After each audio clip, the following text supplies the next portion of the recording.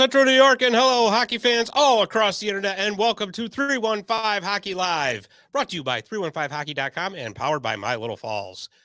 So, as usual, we have got a great show lined up for you today because there is a lot of college hockey action going on in the Utica area. And boy, we have brought a high-powered guest here to talk about everything that's going on in the world of the Pioneers. Before I bring our guest in, though, of course, I'm going to bring in my sidekick over here, our producer of the show, the guy who makes everything go around, Mr. Dave the Save Warner. How are you? Just don't say technical problems. No, we don't want to hear that. Not yet. Not yet. No. We've got a minute in so far. We're good. Right. We're good. You know, even though I will say, though, it's not a show unless something goes wrong. That's true. You know, and this is the 13th show. Is it? Oh, my God. Yes, of 315 Hockey Live. I wish you hadn't said that. This is like my 500th show. Well, yeah, maybe for you, but I mean, yeah. You know, you're back when they were doing the crank wheel there with the camera, right? We were doing that. Yes, of course. Early day podcasts on film. Yeah. Yeah, with a phonograph. Yeah. 78s. Yeah. But anyways, let's get right into that Utica Pioneers hockey. And to come in to talk to us about Utica Pioneers hockey, every Pioneers fan knows who this guy is. He is the voice of the Utica Pioneers. He is the one. He is the only Mr. Ray Biggs. Ray, how are you? I'm great, and I can't believe I've gotten an introduction that great. That's probably the first time ever that it wasn't met following or immediately preceding a chorus of boos, so I got that going for me, which is nice. We even got applause for you. I mean, I'm kidding. I don't think I've ever actually been booed, but I need a boo track. Yeah, I know, right? I don't have one. That's next. That's next. We'll have it by next week. I was going to say, oh boy, famous last words. I find out you have a boo track. See what you did to yourself now? Trust me, if I'd had one, you would have heard it. Well, next time I come on here, I better keep my guard up. Yeah, right. Or just cut your mic. That's Yeah. So how you been? All right. Yeah, been good. Just getting ready for that last home game of the semester here. It's going to be a little bit different after this. Following the USA game, I'm actually taking a pretty huge step back from my SID duties. Just going to call games only and come and go, really. So really, it's in a way it's kind of the end of an era, but also, certainly the fun times are going to continue. Sure. So just for anybody who's listening and doesn't understand, what are your SID duties? So a lot of the content you see on the website, the previews, the post-game releases, all of that is handled through the Utica University Office of Sports Information, headed up by Adam Zabrowski. And we've been really lucky to have some good department heads there. Gil Bergmaster, who kind of set the modern standard of what our department's supposed to be.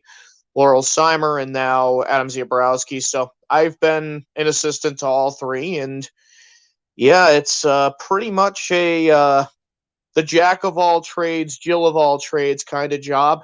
Mm-hmm. You do a little bit of everything. You get your hands dirty in a lot of different ways.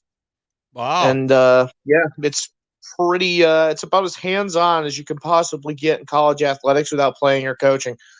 Jeez, wow. So, that's how long you been doing that? In some way, shape, or form. So in a real permanent position, about 5 years. It's really been more like 8 or 9. Probably ever since I graduated. I mean, I was an intern in the department a long time ago. And it's been a great ride. I'm still kind of keeping my keys, keeping my computer. They'll be able to call on me if they absolutely need it.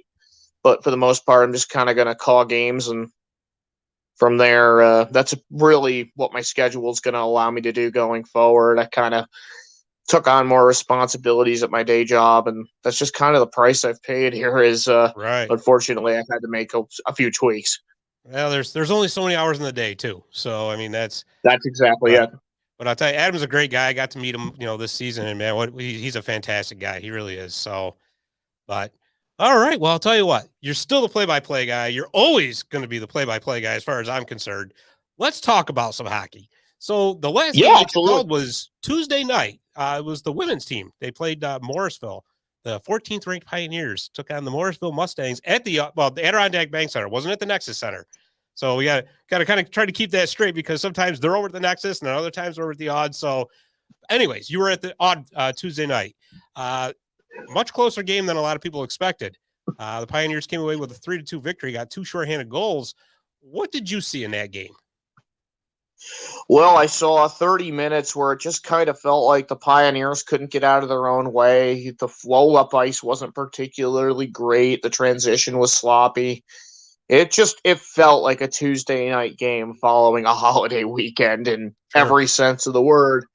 And Morrisville comes in, and you know what? They're probably a little bit fired up. I mean, it's easy to get up for a game when you're playing the school that your coach played for starters. Absolutely. Morrisville head coach Melissa Lamonto is the inaugural captain of the program, believe it or not. Yep. So you see that on the other side, and you see, your coach's coach over there. It certainly pumps you up. It fires you up a little bit, and I think that showed in the early stages of that game. That Morrisville team didn't look like a team that had 2 wins whatsoever. And they caught us a little bit flat-footed, I think, and it took a while to turn it around, but 2 shorthanded goals gets the job done. Yeah, it does. Honestly, offense that's that unorthodox, I think it's very befitting. If Utica was going to have to kind of grind out a Tuesday night game, go out there and get a couple of shorties. Right. But you know what? Every once in a while, a game like that is actually good for a team. It kind of maybe puts things back in a little bit of perspective. Like, okay, every game you got to grind it out. And, like you said, Morrisville did not look like a team that only has 2 wins. They were just coming off a game on Sunday, I believe. They won against Lebanon Valley. I believe they'd shut them out 4-0. And then the week before that, they played Hamilton College, who was at the time was ranked 15th, and they only lost 3-1. So they had a little bit of momentum going in, but good on the Pioneers to grind it out and get the job done. Yeah, and the other thing is too, I mean, Morrisville, sure, they've got 2 wins right now, but it's a really, really young group that they've got. They only have, I think, even just a sparing number of juniors. It's all freshman, sophomore there. Yeah, I don't think they have any sometimes seniors. It takes a while to kind of get a hockey club together, especially, I think, more so for the public schools, for the state schools. They took that entire COVID year off. That had to hurt as far as continuity in the programs go. I mean, Plattsburgh has turned out just fine, but that's a whole different conversation. Right? An entirely different animal entirely. But when you're kind of not in that boat, you're not fortunate enough to be in that specific boat.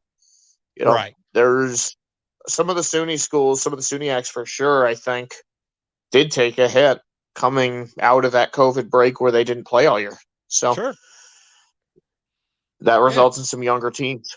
Yeah, and essentially, I mean, it's basically just like starting all over again, really. So, I mean, I would expect Morrisville to actually pick up a few more wins going forward. But let's talk about that Pioneers team for just a little bit longer. I mean, the offense has been outstanding. I believe, and I didn't check the stats today, but they were leading Division III in goals per game. And Angela Hawthorne's been outstanding in net too. So going into this weekend's game against Alvernia, who actually is not too bad themselves. So they're 4-2-2 overall, and they're 3-1-0 in the UCHC. So it's going to be another challenging weekend, I think, for the Pioneers. Yeah, you're absolutely right. I think a team like Alvernia, they, for years, since the outset of their program, and I think they're in year 3, year 4. I haven't dove too far into it. I'm actually not going to get to do Friday's game because of my work schedule. But they have particularly strong goaltending. They're really good on the offensive blue line. I think that they're one of those teams, they're going to be fighting for the opportunity to at least host a playoff game. Kind of in that 3, 4, 5 pocket behind Nazareth and Utica. So these are going to be some really, really big points for the Pioneers. If this is an opportunity to stand and deliver and go get 6 really, really big points, because I have a feeling before the end of the season, a team like Alvernia is going to trip up a Manhattanville, a Nazareth, heaven forbid a Utica.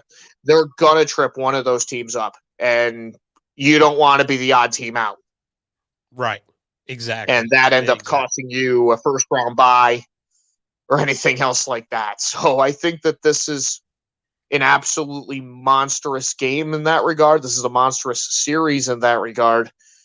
And the Pioneers have to take care of themselves. And to your point as well, I think when you get the kind of goal support Angela Hawthorne's gotten, I mean, she's an elite goaltender by herself. When you take an elite goaltender and you give her the confidence and the comfort of the goal support that she has gotten, it takes an elite goaltender and makes them that much better. Right. And exactly. Right now, she's playing as well as she ever has. And I tell people all the time, if she was 6 to 8 inches taller, she might not even be here. She might be in a Division I uniform somewhere. Boy, that's because she really is that good. She is. You know, it's almost like a Henrik Lundqvist, who, you know, smaller athlete, but plays the angles so well, you know, and just does what she does, which is incredible. But, you know, now like the Pioneers are almost in that situation where they were the hunters, but they're now becoming the hunted when you think about it, because they started the season outside of the top 15. They went to Elmira and almost beat them, the number 4 Elmira. I mean, they almost won. And then all of a sudden they go on this run. Forget the Arcadia game, because I mean, yes, it counts as a tie, but I was at and their goaltender Joe Coates was just incredible. I mean, they peppered her with shots, and it was just a matter of a hot goalie having a great game. But now starting to turn a little bit. Now everybody's looking at the Pioneers going, that's the team we want to go after. Yeah, and you raise a great point too with that second Arcadia game, because I think Alvernia brings a very, very similar blueprint coming in. They've got an established coach. They're a young team. They have great goaltending. Those pieces, I mean, that's the type of thing that's the type of team that's a sleeper. Sure. That's the type of team that assails somebody that's in the top 2 or 3 in the league and everybody's shocked. So it's really, really good, I think, that you brought that up. And yeah, we'll see what happens this weekend. Exactly. Alvernia is like that team that's just waiting behind the corner, just ready to trip them up as they're coming through, you know? But, yeah, and for the Pioneers too, I mean, the last few years especially, I think, you know, this has consistently been one of the better programs in the country, and now they're probably in a position for the first time in a really, really long time where they very, very easily can, and they were in the same position last year, so I shouldn't say in a long time, but these last couple of years, you know, as good as they've been, there's always kind of been that 800-pound gorilla in the room. Elmira has always been there. Sure. These last 2 seasons, it's been kind of refreshing, because now the Pioneers are really more so in control of their own destiny than they really ever have been. Oh, absolutely. And yeah, so you talk about hunted. I think it changes the complexion of your program. It changes the identity of your program a little bit. You certainly don't want to get too far away from the core values of what makes you what you are, but it definitely it changes that dynamic for sure, because now you're one of the top dogs. That's right. That's exactly right. And really with an opportunity to be the top dog. Oh, absolutely. Absolutely. And, you know, and just, you know, real quick, looking ahead on the schedule, you know, obviously not looking past Alvernia, but just looking at what else is down there. So, I mean, they got a game January 10th coming up against Oswego State, who's ranked 15th right now. They've got Hamilton College, who was ranked 15th. And then they close out the season with 2 games against Nazareth, who is, of course, number 10 and a UCHC rival. So there it is right there. You know, you put together, obviously, you have to win the games that you play, you know, against other teams. But you're right. There is a golden opportunity here for them to really move up in the national rankings. Oh yeah, absolutely. Especially every single one of those games you mentioned is huge here going into the second half of the season. I love what Oswego's doing up there on the women's side. Mark Digby is an outstanding human being. I'm not surprised that he's starting to really elevate that program back to where it realistically belongs. Hamilton is good year in, year out. And then I think that the dates that the Pioneers ultimately have circled on their calendar, and they don't want to be looking too far ahead here, but because obviously in conference, you need to go out there and bank every point you can against some of these other teams. There are 2 series, I think, coming up that really stick out. And you mentioned one of them, it's Nazareth. The other And really the one right now that if I'm the Pioneers, I'm circling on the calendar to start with, because I believe they do play them before they play Nazareth, is Manhattanville. Yes. Yes, you're Manhattanville right. was the team that knocked him out of the playoffs last year. That's right. Manhattanville is kind of the other team that's in that title conversation. Right. You can't get caught looking at Nazareth when Manhattanville is sitting there. That's right. That's right. That's exactly right. And I'm sure Coach Clausen isn't going to let him do that, but you're right. Sometimes you can get the tunnel vision going on and say, oh, there it is. There it is at the end of the tunnel. But then all of a sudden, oh, wait a minute, that light coming the other way. Oh no. But no, Yeah. like I said, I think they're really in a fantastic position to do a lot of good things this year. So, hopefully they keep it up. And like I said, I just wrapping up with that Morrisville game, I truly believe that was actually good for them to be locked up in a tight game like that, because like I said, it's like, okay, this is what we got to do now. Every game got to grind it out, and that's, going forward. So yeah, and I think a little bit of a gut check at this time of year is good for just about anybody, and the Utica men know that all too well too, based on how Saturday ended up going. yeah, absolutely. And you know what? Why don't we shift gears and talk about those Hamilton men? And let's see, we got a comment up on the screen. So Josh Giggs says, Coach Heenan mentioned Hamilton won't play UC now. Any idea why or what happened, Big Z? I don't know anything about that, to be honest with you. I think he said that on our show, didn't he? I don't think he elaborated on it, though. He didn't elaborate on it, but he did mention it. Because, we got sidetracked. And imagine that. We got sidetracked on this show. Yeah, no way. No, not with you. No. Yeah, that's one of those things. Honestly, I don't really know the position that all of that is in at this point, but if it was the reason I heard before, it's not something I'm probably supposed to talk about. Yeah. Well, actually, as I recall, that came up because we were talking about how cool like a Central New York tournament might be. Yeah. Like a Division III for all the it schools. would be amazing. That would be awesome. Yeah. It would be absolutely awesome. And I did ask him about that, and he did mention that.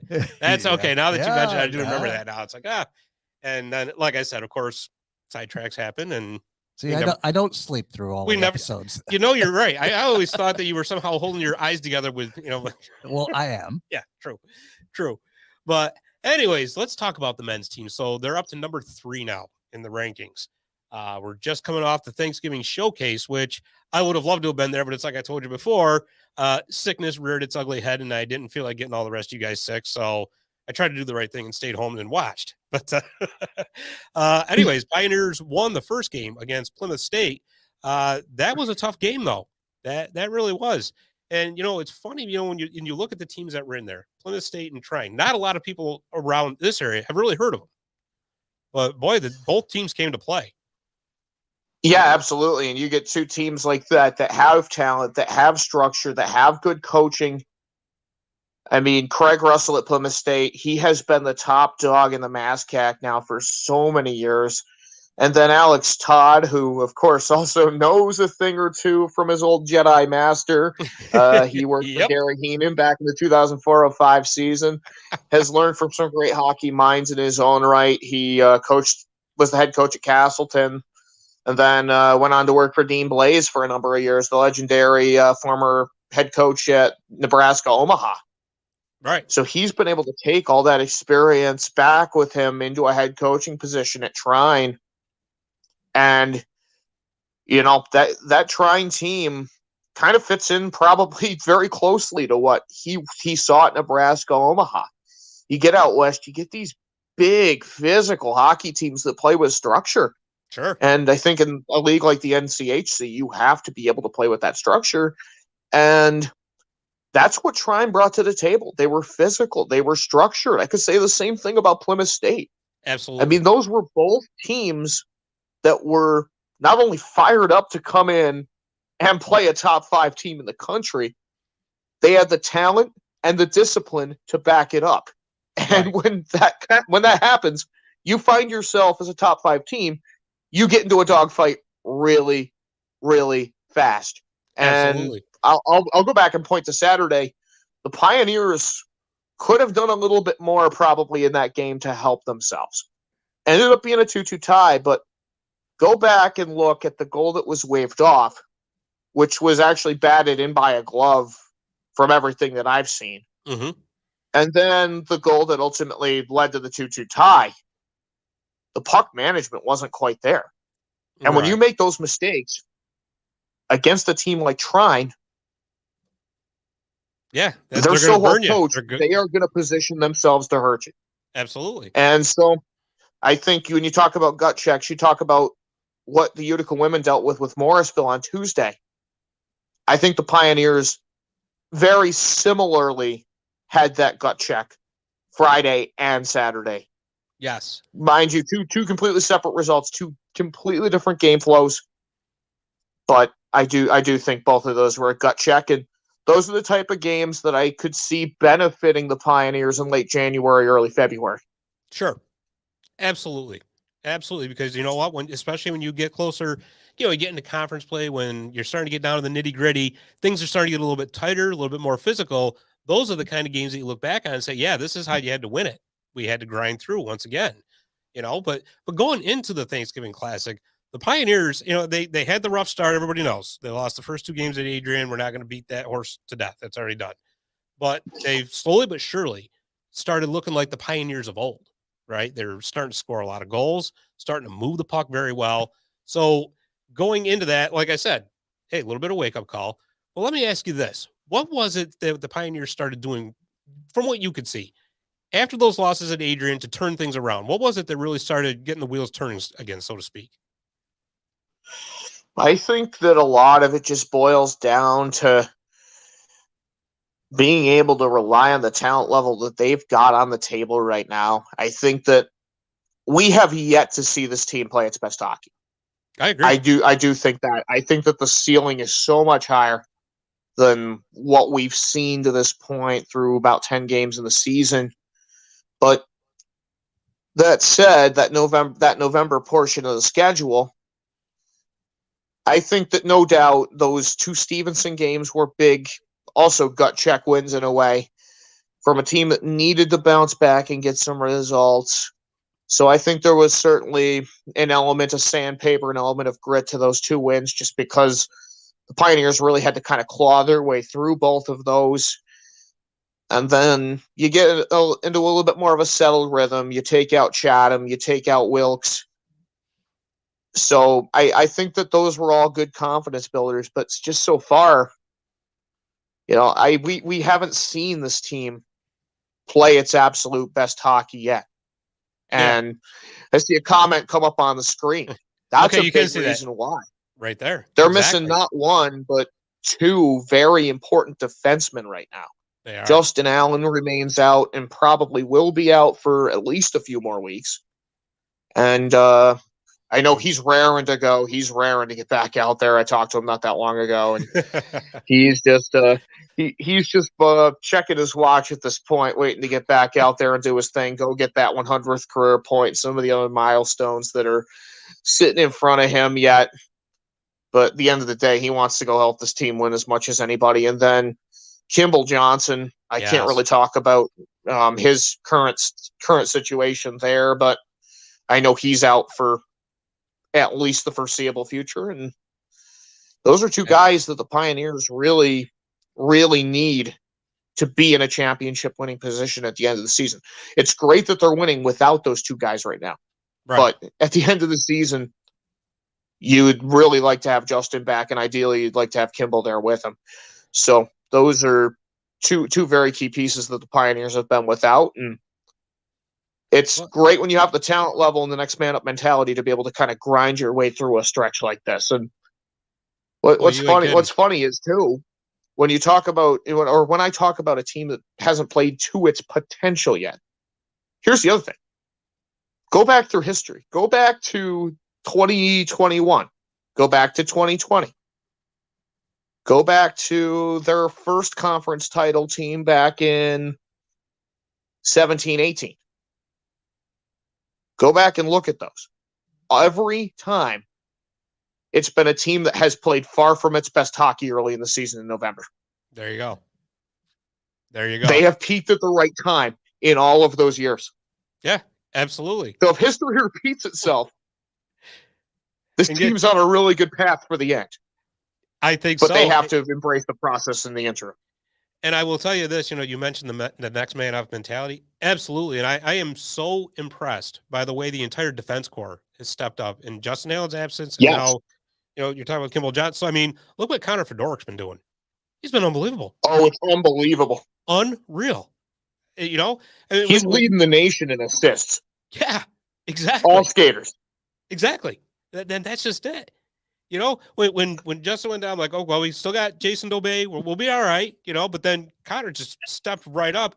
Blake Holmes had 3 assists the other night, or what was it last? I guess Plymouth State, I think it was, right? I'd have to go back and look. I thought he came back into the lineup and played a really inspired performance there. There you go. For sure. I think he's played a couple of really solid games since coming back.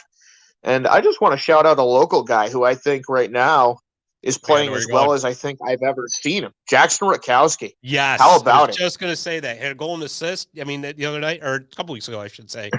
Exactly. And you know what? He brings that sandpaper and that heart on his sleeve that every team needs. Because, if they need that little pick-me-up, that little, okay, let's get fired up. Jackson's your guy. There's no doubt about it. Yeah, absolutely. And when he's playing well, I think it really kind of lights a fire under everybody else. They know the crowd will get behind him. And I mean, I've known Jackson a long time. I've known Jackson since he was a junior in high school, I think. And even when he was at Rome Free Academy, I mean, it functioned the same way. When he was playing well, everybody around him played well. Right. Kind of the straw that stirs the drink, so to speak. Where'd you come up with that? He's the Reggie Jackson. There you go. Hey, all right, he got it. All right, there we go. We got to get a Jackson candy bar now. We'll get a Jackson bar. Actually, when I was out of commission with the vid back in the before times, like God, I can't even remember how many weeks it's been since I had COVID. I'm losing it here. But no, I was actually I was watching The Bronx is Burning, that ESPN miniseries that they did. That was excellent. Oh yeah, fantastic! If you haven't seen it, about the 1977 Yankees. Yeah, unfortunately, I was only 3 years old at the time, so I can't say I personally remember it, but it was just to watch it. It was amazing. It really was. And to think that all this stuff actually happened. You got a better chance than I do. Yeah, right. You know what? Yeah, it's all good. It's all good. Yeah. You got all your hair too. So this is why I wear the hat. I don't have my hair, so it's. Yeah, I got to grow up with the 1998 Yankees, so I'm okay with that. Listen, I was just gonna say it doesn't get much better than that. So, actually, you know what though? That's kind of be anticlimactic every season for you now, though, because like that's what I grew up with. This is what I got to know, and then but anyways, here we go again. Sidetracked. And Dave's just over there shaking his head. He's like, I knew this was going to happen. Yep. I knew it. Yep. Oh, we lost Ray for a second. Oh, where'd he go? See, I told you. It's not a show unless we have technical difficulties. I didn't do anything. There he is. There he is, coming back. There. See? Somewhere. It's okay. Because I just told Dave. Crown Prince of technical difficulties. I told Dave, listen. There we go. Yes. You know what? I just Is that Dave, like my royal entrance music? Yes. Yes, it is. That's you coming back in from the heavens. Like I said, it's not a show around here unless we have some sort of technical difficulty. So it's all good. We got out of the way. We're good. But anyway, am I like Morgan Freeman and Bruce Almighty here? Or something? Right. That's a lot of responsibility. I don't want. I know you're just trying to get rid of responsibility here, and here we're throwing more back at you. So what a bunch of nice guys. But let's. But let's get back to the Pioneers because, like I said, we're going to be going into the Yankees from the 1940s pretty soon here. So, anyways, when they started turning around, I actually thought it was the Chatham series. That's what I really started to see. Yeah, that's the Pioneers because Chatham is an extremely good defensive team, and they put 6 goals on them each game. So to do that against Chatham is actually pretty impressive.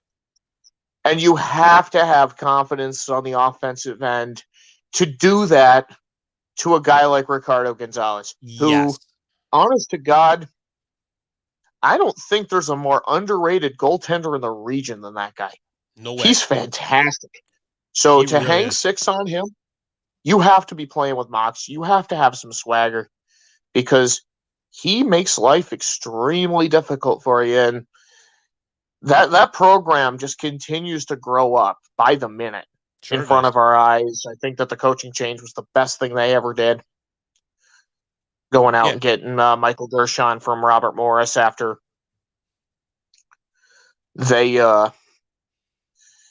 believe, actually, I don't know if he left before they folded up shop or not. But he was at Robert Morris.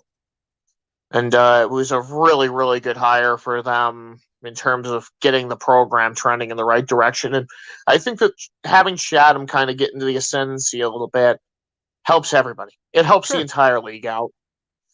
I mean, we've kind of been waiting for, a few teams that are younger to start rising up the ranks a little bit and just kind of tightening things up competitively. And I think their contributions have gone a long way. Yeah, absolutely. Absolutely. It's usually Wilkes was that team. Another one. Yes. Stevenson always plays Utica tough, though. No matter what, they're always playing Utica tough. Wilkes has got an awful young team this year, so they're kind of taking a little step backwards. But, I think you're right. With Chatham making the steps that they are, it only as a whole makes the entire conference better. And that's what you want. You don't want just a couple of, one or two horses in the conference, and then the rest are just more or less cannon fodder.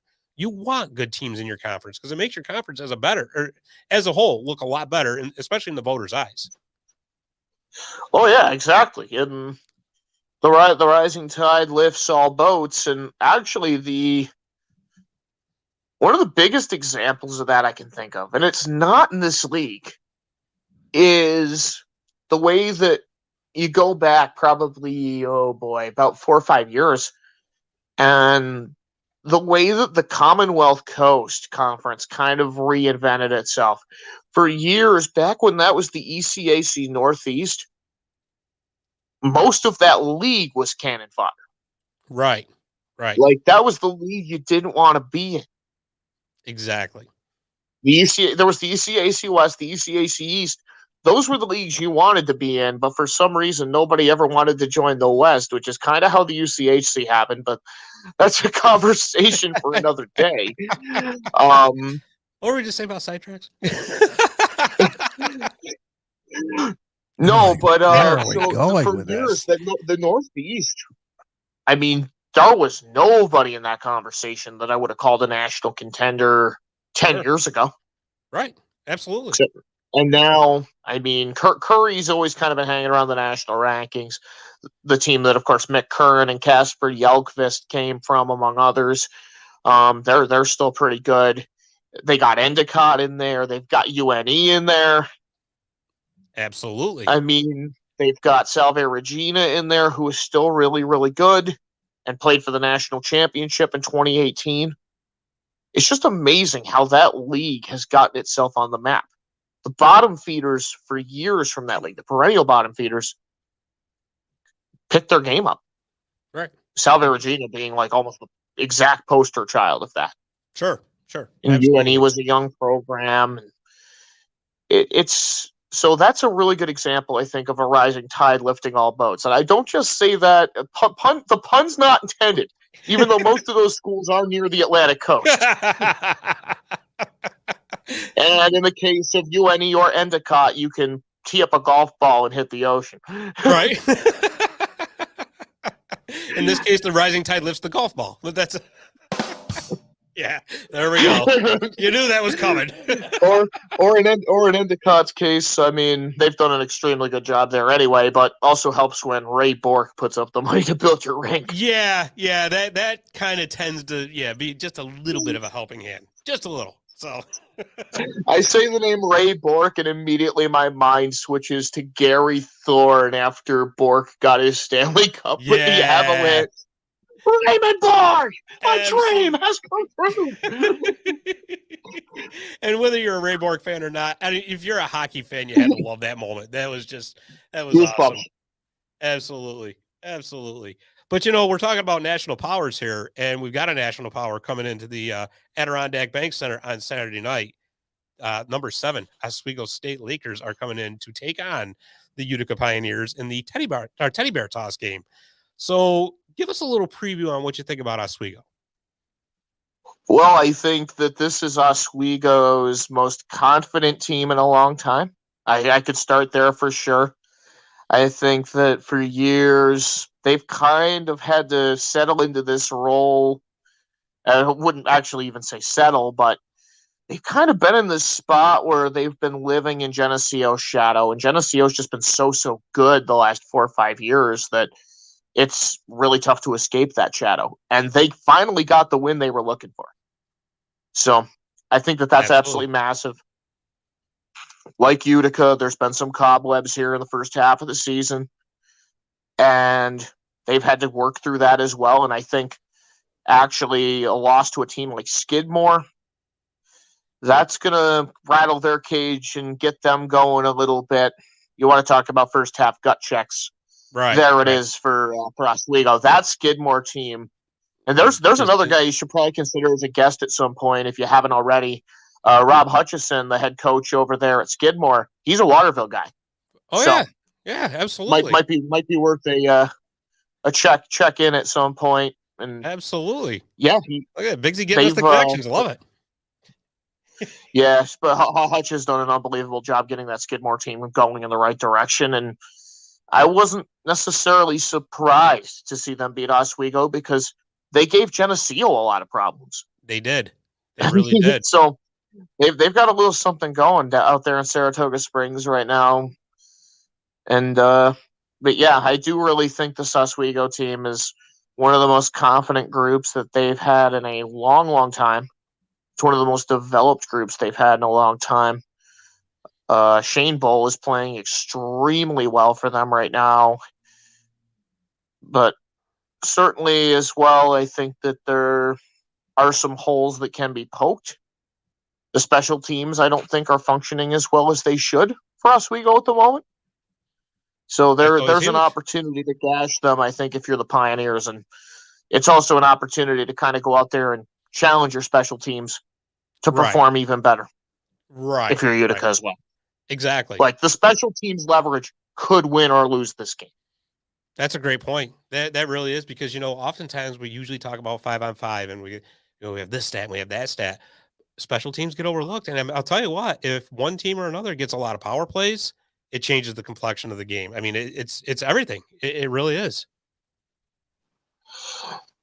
Yeah, and I also do. I mean, I think as well that Oswego has added some great pieces. Danny Colabufo is somebody who comes to mind. His father is the head coach at West Genesee. They play an almost identical power play system. They play basically an identical 1-3-1 to what Oswego runs. And he was at Holy Cross. Transferred back in, and I think that that's an absolutely massive pickup for them on a Central New York front. Yeah, I'm really looking forward to seeing how the boys get after this one this weekend because I think we're in for one heck of a hockey game. Oh, I totally agree. I really agree. Both teams are going to be coming in extremely pumped. And you know what? I mean, listen, this is like almost like the bragging rights of Central New York right here because, I mean, both teams are in the top 10. So it's, drop the gloves. Here we go. Winner take all. Yeah, and it's it's been a long time coming. I mean, there was a preseason exhibition last year between the two, which Utica won 6-4. But it's been a while since this one's really had a lot of juice to it. So it's good to kind of have that feeling back. It reminds me of back when Utica was around its Frozen Four run. Oswego had a really, really experienced group at that point. With a bunch of guys that had kind of been brought in on the heels of their only national title in 2007. I'm thinking you go back and you think of some of those names, even some that weren't even there by that point. But you remember the Pioneers in those days. Evan Shalanda was the captain that year. Jordan Holbika, John Gaffney. And then on the other side for Oswego, I mean, at one point, and I'm not guaranteeing that every single one of these players overlap because I know they didn't, but you look at the team that they had back then.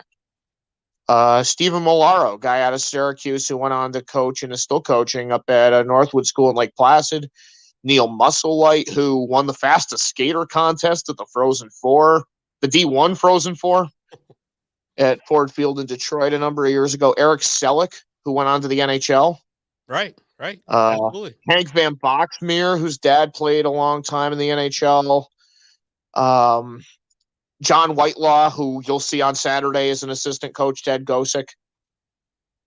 Yeah, I mean, the list goes on and on. It's unreal, And Paul Rodriguez, who was an assistant on that Skidmore team that just beat Oswego. Sure, there you go. His brother is still kicking around the NHL with a few different teams. Yeah, I think he's with Pittsburgh now, isn't he? Yeah, last I checked, so. He's with Pittsburgh. He was also with the Sabres for a bit. Yep. But yeah, like those two teams back then had some serious hockey pedigree, and I feel like we're kind of getting back to that feeling now. Yeah, exactly. It's like hockey's version of 6 Ways to Kevin Bacon. But I just feel like the performance of these two teams, the profile of these two teams, is at a very, very similarly balanced and competitive level as it was then. Right. And I'm not saying the series hasn't been balanced because, good Lord, out of like the last 8 meetings, I think like 5 of them have been tied or some crazy thing. Yeah, absolutely. I've got that squared away in my notes somewhere, but they've played to a lot of ties, including that one at the Carrier Dome. Well, I'll tell you what. I hope we don't get a tie this week. I'd rather see just a, winner one way or another. That would be the ideal situation. But you're going to be broadcasting yourself all over Central New York for that game, aren't you? Yes, I will be. WKTV News Channel 2. They're picking that up. So with that, they'll take me with them for the night. Which means for a change, the radio broadcast will be under actual adult supervision. Well, don't say I that. don't think I count as adult supervision, even though I'm 31. I don't know. I've been over there in the press box, but you do a good job. It's all good. And I see the comment pop up too. Yeah, to Josh's point as well. The old Hobart games were fantastic too. Yeah. Yes, and I will never ever forget that one in 2013 where Edgicati scored with about 5 minutes to go. Yeah. That was ultimately, I am convinced, that was the game that sealed our fate and sealed our opportunity to get in the selection room. Because if Hobart had taken that second out of the 2 out of 3, I don't know if it happens. Right. Like right, yeah. that's how tight things were that day. And yeah, that Hobart game is fresh in my mind forever. The following season, they go out to their place, and I'll never forget. Utica's down 2-0. Adam Graff goes out and scores a natural hat trick to win the game in overtime. That's it. Yeah, that's awesome, though. I mean, those were moments that defined the growth of this program. And now all 3 programs in Central New York like that. And I guess you could call Hobart Central New York. I don't know. It's West Central New York. It's kind of out there in the Finger Lakes. We'll just call them satellites. They're a satellite. Yes. Western satellite. Yes. I'm trying to think of the exact term I'd like to use. Outpost. Yes, there you go. They're the frontier. Hey, don't use my name. I mean, to be fair, it is the frontier. They have Wegmans. Yeah, right. Yeah, exactly. Who's got it better than them? They got Wegmans, for crying out loud. Come on. But no, that's like I said, this is huge because then you look at the rest of the schedule. So after the Oswego game, they go back out to Michigan to take on the USA under-18 team, which is an exhibition game, and then they go for winter break. When they come back, all the rest of the schedule is UCHC. So there basically just lays out right in front of you, right there. And like would you mention getting Justin Allen back at some point? Then here's the time now to go on that roll that we were talking about. Yeah, that's an opportunity to kind of build the role right there. You go out, you play the U.S. under-18 team, and the guys always tend to get up for that one. I mean, there's no secret. The last two times they've played the 18Us, the results have been pretty good. Yeah. Going back to the time that they had that big comeback out in Plymouth against a team that had a few guys on it you may know, Keandre Miller, Jack Hughes. Just a couple of scrubs then, they had, no problem. Yeah, just a couple of guys, including one who's currently on the first place New Jersey Devils. Yeah. Well, how about them too? Man, oh I'm man. in awe of the fact that that's even happening. Before the season, people were like, "Oh yeah, the Devils are going to be really good." I was like, "Yeah, I don't know about that." Yeah, they'll be good for a couple weeks. That's why I play the games. Yeah, exactly, and right. My beloved New York Rangers can create chances like there's no tomorrow, but can't finish anything. So Oof, I know, man. Well, but you know what though? It's a long season though. That's the whole thing. I mean, you never know. I mean, look what the St. Louis Blues did a few years ago, right? I mean, they were floundering Speaking outside of of a the playoff Blues, spot, and then they turned and won the Stanley Cup. So I can't believe the Rangers let Buchnevich walk. jeez, I know, right? He's lighting it up right now. You want to talk about a oops? That was our bad. Yeah, that was an oops. Big oops. Man, oh man, I tell you, it's unreal. At least the Rangers got Halak his first win. Hey, well, there you go, Jordy. You know, coming in with the positive. There you go. That's great. That is great. So you know what? We've covered the Pioneers, but I know you've got another passion for another Utica sports team, your Utica City FC. So talk to us a little bit about them. Well, I think that it's an exciting new era for sure. I think that between all the new pieces that they're bringing in, a lot of them were on display this weekend at that U.S. versus the World scrimmage that they had on Sunday, that little inter squad, which I thought was a great event, well received, and the crowd about as solid as I think it could be for a preseason exhibition with the World Cup and football on at the same time. Sure. So I really I thought that the people that were there got into it. I thought that the players that they brought into camp really put on a nice show for everybody. And many of those players today, if you check the MASL transaction wire, have been rewarded with contracts, including the top pick in the MASL draft, who was drafted by Tacoma, Alex Gomez. He is here. And he's relatively young. Tommy Tanner told me he's only like 18, 19 years old, but the sky's the limit for the kid. So it's really exciting stuff. It's kind of a little bit of a retooled roster, but there's certainly some mainstays back. Nate Bordeaux, Bo Yelovitz, Joey Tavernisi, Andrew Coughlin, and a lot of that group is still back, and Christian Segura as well, who I think is just a super, super important piece of the puzzle. But with Everton Morera in, new head coach, a lot of new faces on the roster, you know, it's kind of an opportunity for the community, I think, to really fall in love with this team all over again. Yes. Fall in love with this product all over again. With a younger team, there might be some ups and downs this year, but it should be a lot of fun to watch. Right. Absolutely. You know what? I'll tell you, that indoor soccer is so much fun to watch anyways. It really is. You know, I think I've told you this before. I mean, I personally don't get that into regular soccer, but that indoor soccer, man, it is just nonstop action. It really is. It's an absolutely beautiful game, and I just hope the long term everything kind of shakes out the league's vision for the product and where they would like it to go. You know, yeah. I'm just excited to see what becomes of all this, because I think that the long term potential of it is unbelievable. Especially if they can capitalize off this World Cup stuff. Sure. It'd be fantastic. So absolutely looking forward to the future with the league and everything that's going on with Utica City FC as well. And they've given me a lot of great opportunities to do some things I never would have thought possible, especially last year, getting to go to the finals. It was probably the best experience professionally of my life. That's awesome. That is awesome. I mean, it's pretty bizarre when. So if you've been watching the World Cup, you probably know some of these names. JP Dellacamera. Mhm.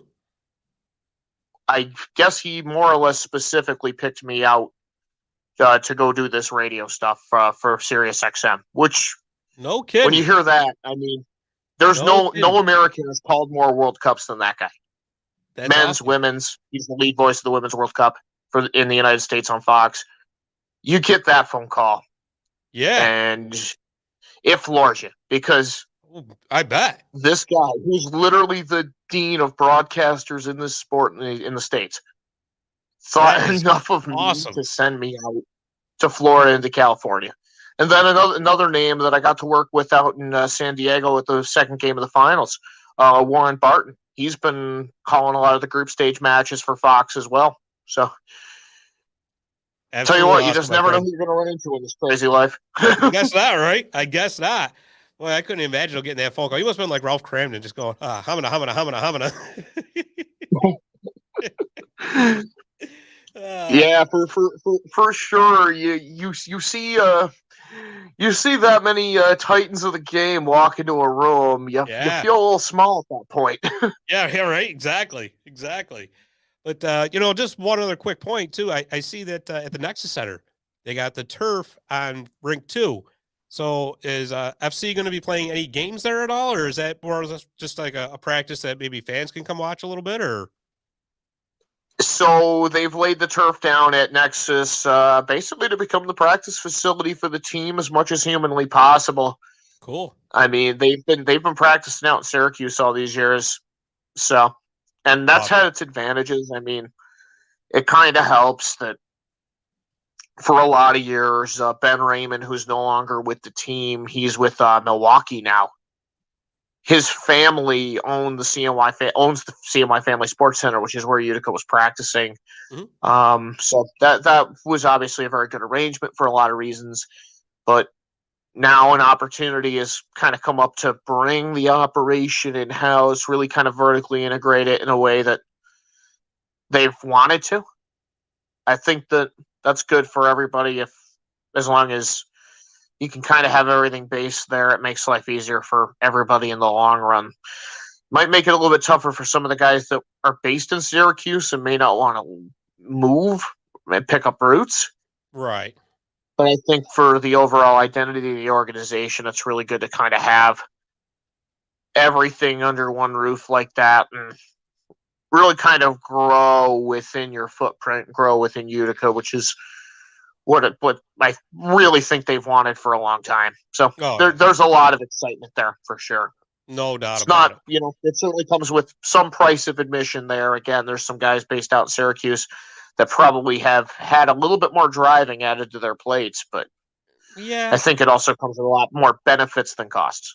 Well, and really Syracuse isn't that far away. So, I mean, it's not like it's really that bad, but, I will say this, a friend of mine, he plays soccer and he got to meet some of the players, and the kid is still talking about awesome. He's just he's over the moon. It's incredible. So I don't think, I think he sleeps with that soccer ball every night now. And I think he probably will for the next 4 months. So, cause they signed a soccer ball for him. And I can say the same thing about our men's and women's teams here at Utica University. You know what? Everybody around me, as far as the players go, especially, they make my life easier. They make it fun to come to work. They make it fun to go to work for them. That's awesome. And I can see that with the city guys as well. Yeah, absolutely. For sure, they've really kind of taken me in as part of the organization, even though I'm not around all the time. I work 12 days a year. Right. But still. But they've really gone out of their way to make sure I know what I'm contributing to that organization, and it's been a lot of fun. Oh yeah, absolutely. And they make you feel like family. That's huge right there. Actually, Josh, that's actually a really good question. I didn't think of that. Is the turf for the Yeti too, the lacrosse team? Huh. We'll have to find out. Well, the turf that was in the yard this weekend had lacrosse lines. Well, there you go. So not overly well not like overly like permanent lacrosse lines, but I did see the gold crease lines on the turf.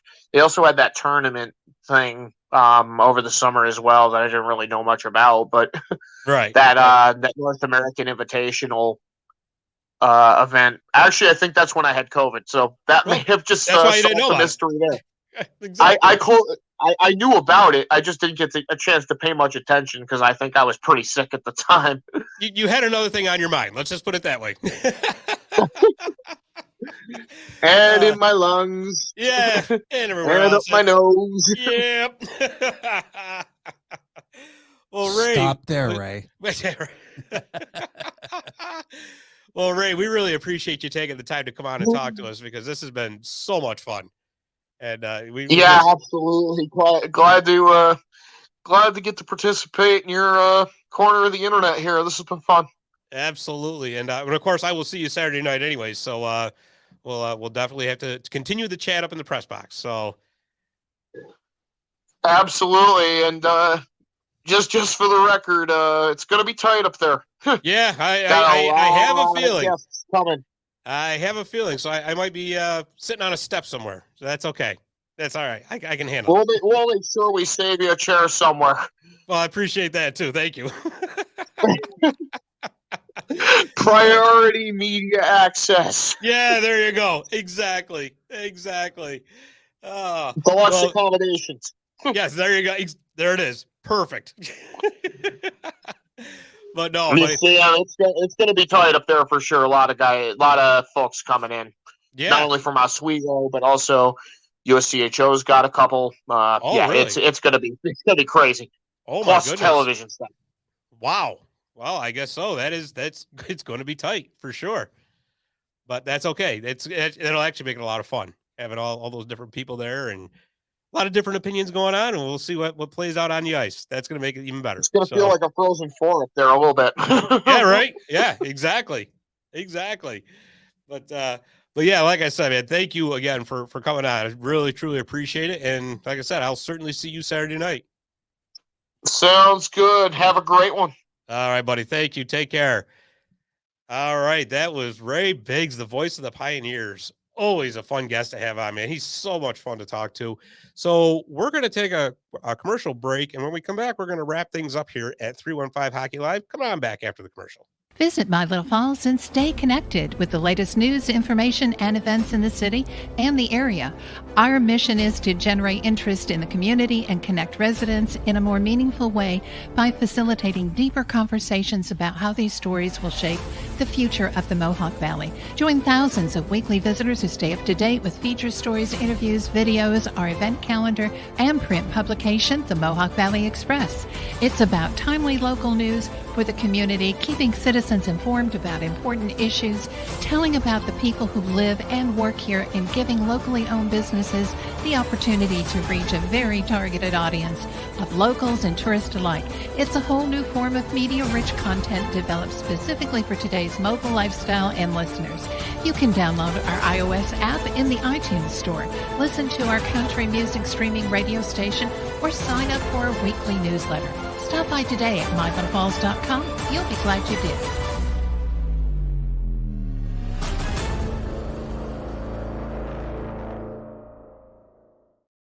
As always, great job with that commercial, my friend. I love it. No, I say it every show. But I know. Needs an update. But you were talking about that print publication. Hopefully someday us at 315 Hockey will have something like that. You never know. Someday. It's all possible. Be awesome. Everything is possible. Exactly. Yeah. So let's just wrap things up here. I don't have the graphics for the schedule. So what we're going to do, we're going to direct you to our social media tomorrow. Oh, okay. So we'll put it on our social media. We'll put it on the Facebook. We'll put it on the Twitter. And we're going to put it on Instagram and so check it out there. Yeah. All right. So, because running late, I didn't get a chance for anything, all that. Yeah. But, it is what it is. All right. But again, make sure you check out 315hockey.com because we always got our, previews, 3 observations that, for the games that we cover. I go on there and spout our opinions off. Like today, I had one that I did because I went to the Comets Rocket game last night. Yeah, I saw the headline. I didn't read the story. Yeah, well, the observation, one of the observations was, a lot of people get aggravated about faceoffs, right? Because they think they're being delayed. I got to drop the puck and this and that. a lot of it stems from the fact that over the past few years, organized hockey from the NHL level all the way down is making a concentrated effort to like basically clean up the face-off circle, so there's not as much cheating, as far as like positioning or basically Okay. So how are encroachment they and all doing that? Just by backing off So as like the opposed to lines are dropping it? so the lines are no, you gotta get in your position. I'm not dropping the puck. So Okay. so people get mad at the linesmen, but it's not their fault. They're just doing their jobs. Right. Right. So there's a lot to. So I put that in the observation. But anyways, it's just a little Nice. side thought that I had. Yeah. But You get a lot of those. oh, but you ain't Keep kidding. most of them out of your stories. I know, right? Jeez. We'll be off the internet in a hurry. Really? No, this is totally uncensored. Yeah, there you go. All right. Anyways, want to thank Ray Biggs for coming on the show once again. That was awesome. The voice of the Pioneers. And speaking of the Pioneers, like you said, don't forget they're actually on TV this weekend. Saturday night, cool. 7:00 WKTV. It's a sold out game, so I'm busy live streaming the Herkimer Originals. that's right. Tell us a little bit about that before Yeah. so give you the spotlight. Oh, geez. Don't do that. Yeah, we did our first multi-camera live stream kind of thing last Saturday at Herkimer College, and it was a production. Yeah, you go okay though. It went okay. There were a few glitches here and there. You had technical difficulties. I feel better now. Most of them weren't technical. I mean, there were a couple minor technical things. Get this. So I was using a scoreboard overlay, basketball, right? Yep. Get to 99. The opposing team was killing them, right? And it stopped at 99. They didn't, but the scoreboard did. So did you just tell everybody it was Wayne Gretzky? I tell you what, it was so frustrating. Like he used to on Breakaway Trivia? Yeah, I know. I just wanted to, I was like, give me a break. So I killed that scoring thing. And I brought in another one real quick. And by the end of the game, I had the correct score up there.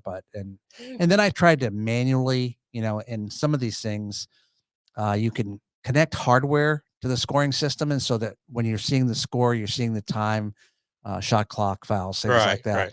You can see it on the bottom. And that's typically a hardware link. Well, okay, the equipment they had there doesn't work with the system I have. Oh boy. So I was manually trying to keep up with the clock. Oh boy. I'm not doing that again. Not good. No, that is virtually impossible. I thought I'd try it one time, but no, it's not possible. No. So, a couple of things, and there was a commercial that somehow the audio didn't run, and the commercial ran, and that was me. That was a technical issue. Wow. Yeah. He admits it. Yeah, I admit it, but I'll fix it. But I had a play-by-play kid. Yeah. Tanner Jakeway, who was on your show. Yeah, I tell you what, he'll be back. For somebody who got totally thrown into this, who had never done play-by-play before, he started out well. He was a little monotone with his voice. Right. And so I don't know what the stream looks like. I have no idea what the world is seeing, right? And so my wife was watching and texting me comments about, well, you have no audio with that commercial, or stuff like that. And she said, Tanner sounds a little monotone. He needs to step up his game. And so I show him the phone and he goes, okay. And he really got into it. Not only did he do play-by-play, he did analysis. Oh, wow. He had a stack of paperwork of the opposing team and the originals. And no kidding. I didn't have a headset on, so he was to my left and I could hear some of it. So what I've added is another headset so that I can provide comedic relief for him like I do you. Sure. But also, but so that we can coordinate a little bit better with each other and I can hear what he's saying. Cause and we got bounced off Facebook. That was another thing for a copyright violation on music. Oh, there you go. See, it wasn't me. I'm not playing it. All my cameras were picking up the sounds that were being played inside. Right. And I forgot where, but we were kicked off. So Sony made a claim on the. Great. Now you're getting sued. Yeah, I'm not getting sued. Here we go. I didn't play any of it. So there we go. It was a lot of fun. Yeah. It was extremely stressful leading up to it, but you made it through. Now I'm kind of looking forward. Their game is at 7:00 Saturday at Utica's Notre Dame. Yeah, there you go. And then they're back again Sunday at 3 p.m. at Herkimer College. There you go. So yeah. Well, Sunday night you're competing with the Pioneers, or Saturday night you're competing with the Pioneers. I know that. I'd like to see that. I don't know, hockey fans, this guy over here, but hey, any local sports, any 315 sports, absolutely, let's back. Absolutely, totally agree. Yep. And you know what? That's really cool that we do have a basketball team around. It's amazing. It's an ABA team. Yeah. They were number 7 Saturday, but after that spanking, I doubt that Probably they're not number anymore, 7. but that's okay. Yeah. That's okay. It was pretty bad. They'll still have a number. That's Yeah. all that counts. Yeah. Woo. Well, what do you say we take this one home, Dave? The save. All right. Like I said, once again, I want to thank Ray Biggs for coming on. Like I said, the voice of the Pioneers, always a great guest, always awesome to have on. And don't forget, catch him on KTV Saturday night at 7 o'clock. So for Dave the Save Warner, I'm Scott Kimball. Thanks for watching, and we will see you next week on 315 Hockey Live.